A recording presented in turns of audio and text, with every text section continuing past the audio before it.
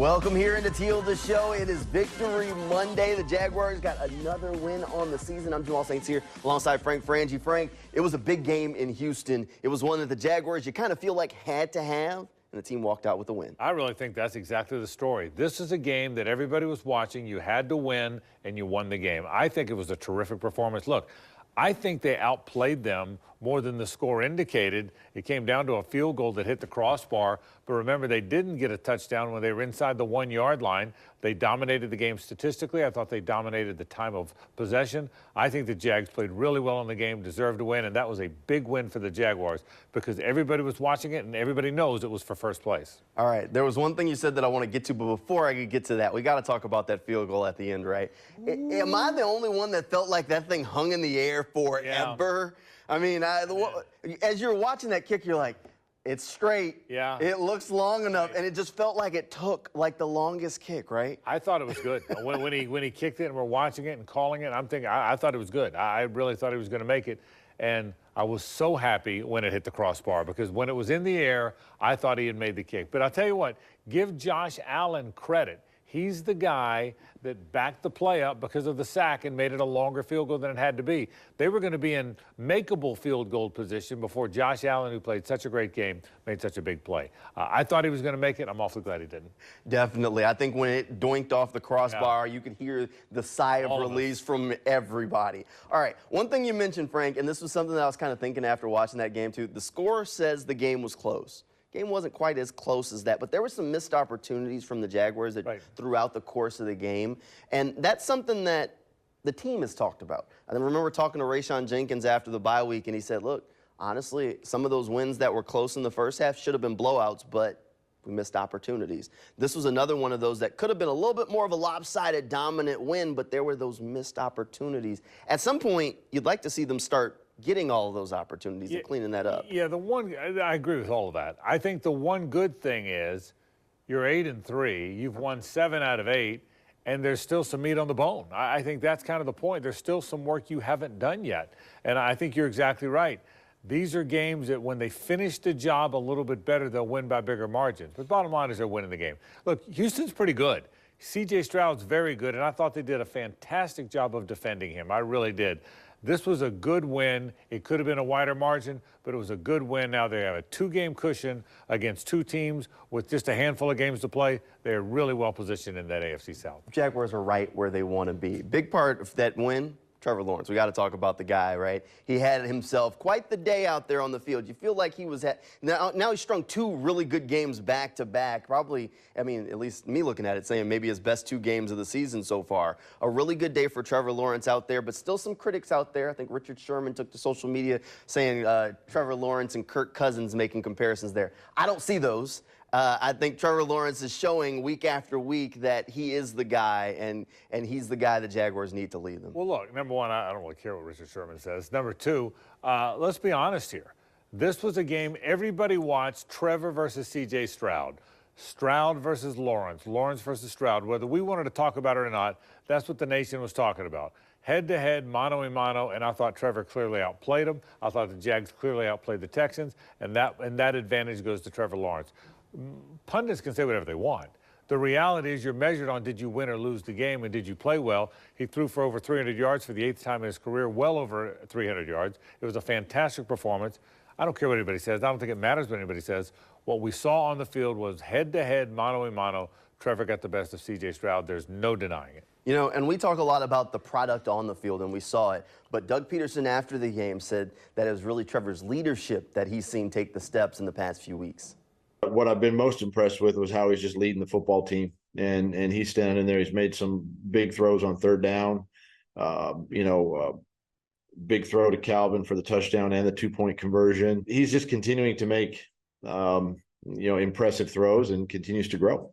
You know, we don't talk about the leadership as much, but it matters to those guys. But, you know, we've never doubted the type of leader that Trevor Lawrence is. You can just see it every time you talk to him, every time he stands at that podium. You can tell the type of leader he is for this team. And I'll tell you what's happening to that, and I totally agree with that. I'll tell you what's happening to that end, Jamal.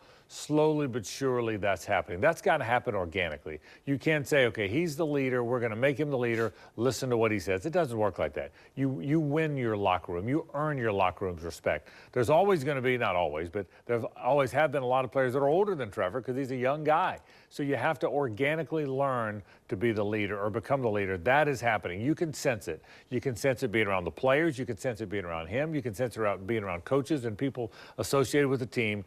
You can sense that he's a guy they're starting to follow. He's a guy that's starting to step up and say, hey, let's go, and they listen to it. I think that, listen, Trevor Lawrence is headed to great things. There's never been a doubt in any of our minds about that, and you're seeing it off the field as well.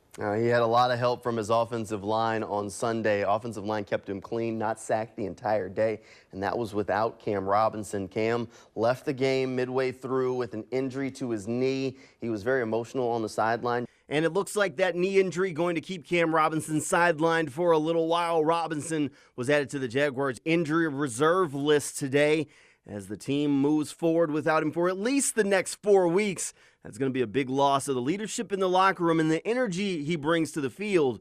But Doug Peterson feels good about what the team has to replace him. If he can't go, obviously we're still good, you know, just like you saw yesterday. Walker Little bounces back out to left tackle, and Walker got very few tackle reps during the week, and has to bounce out there and play tackle, and Ezra has to go in and play left guard. Hats off to both those guys and for what they did. But again, if Cam can't go, it's a loss, but at the same time, we feel comfortable with the guys, stepping up. Yeah, we've seen Walker Little play that left tackle spot, probably his natural position. So being able to have him, kind of that luxury, you get to slide him in, and then that trade they made for Ezra Cleveland, all of a sudden they were talking depth. Now you're talking starter. Well, there's two stories at play, and you hit it. Number one, you hate it for Cam Robinson. I don't know how long he's going to be out. I hope it's not a long time. This guy's waited. He had the 4-game suspension. He waited to play. He really wanted to play on this team. He really wants to be part of all this. So I hated it for him. Cam's a tough-nosed guy, and he is a leader. And you hate to see him out for very long, and I hope it's not very long.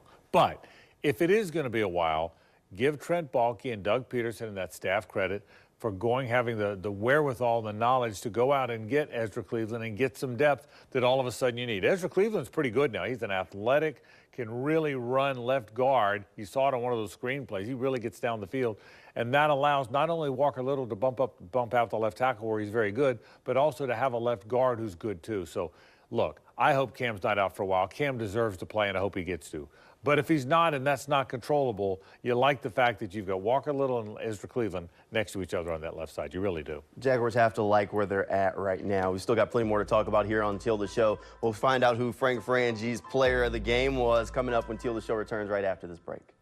Welcome back here into Teal the Show. All right, it's time for Frank Frangi to give out his game ball. Each week, especially after wins, these are always fun because now there's lots of options on the table, right? All right, Frank, who's the player that stood out the most to you during the game? This was tough for me because defensively they were very good, and Josh Allen played great defensively, really made so many big plays, the sacks, what a year he's having. But I'm going Calvin Ridley. Calvin did not have a catch in the first half. He was blanked in the first half and dropped one in the end zone he should have caught, and he was kicking himself for it. But boy, did he show up big in that second half. A bunch of catches, the touchdown, the 2-point conversion. They couldn't cover him. So the Calvin Ridley we have seen some and wanted to see the entire time really showed up in that second half. And again, after dropping one in the first half and not being much of a factor, really showed up in the second half. So my game ball goes to Calvin Ridley. I thought he made a big difference in the game. Definitely a great call there. If you want to see a route work as an art form, watch those routes that he ran there in the end zone to get open for that touchdown. Thing of beauty. All right, we got to talk a little bit about the defense. You touched on Josh Allen a little bit there. Josh Allen now has 12 sacks this season. Right. 12 sacks. The single-season record for the Jaguars, by the way, 14.5 in a season by Calais Campbell. If Josh Allen keeps on this pace, he's going to shatter that record. Yeah, I will tell you what, this is one of the great stories in the NFL this year. A guy that was drafted in the first round, a top 10 pick, had a good rookie year, 10.5 sacks, but then hasn't done much since. Is he overrated? Did they make a mistake? Blah, blah, blah. But he's such a good person, such a hard worker.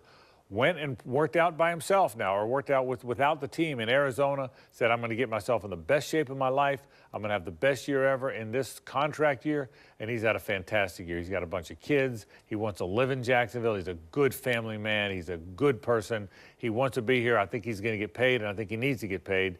The season that Josh Allen is having is fantastic, and you can't be – there's nobody on that team I'd be happier for than I am. Josh Allen, who's respectful to everybody. He's a good dude, and what a year he's having. I know Trent Baalke's wishing he had gotten this deal done before, because now it's going to be tough, because every sack, that price tag goes up just a little bit more. That's great for Josh, and he is having a fantastic season. All right, next stop for the Jaguars. Monday Night Football. Monday Night Football, not just for the team, but in Jacksonville. It's been a long time since the Jaguars were on Monday Night Football, Frank, and an even longer time since a Monday Night Football game was here in Jacksonville. Most of the players on the team have only seen them on TV. Right. So this is a big game on a big stage for this team. And it's a team playing well, and it's a game I think they're going to win. Listen, they get a Cincinnati team that once they lost Joe Burrow, is a different team. Jake Browning's not Joe Burrow. We all know that.